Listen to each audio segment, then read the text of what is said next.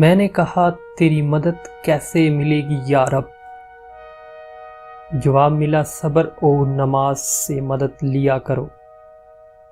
میں نے کہا میں بہت گناہ گار ہوں۔ جواب ملا اللہ کی رحمت سے مایوس نہ ہو، اللہ سب گناہ بخش دے گا۔ میں نے کہا بہت اکیلا ہوں۔ جواب ملا بے شک ہم تمہاری شارگ سے بھی زیادہ قریب ہیں۔ میں نے کہا میرے دل کو سکون نہیں ہے۔ جواب ملا بے شک اللہ کی یاد میں ہی دلوں کو سکون اور اطمینان ملتا ہے۔ میں نے کہا مجھے کوئی یاد نہیں کرتا۔ جواب ملا تم مجھے یاد کرو میں تمہیں یاد کروں گا۔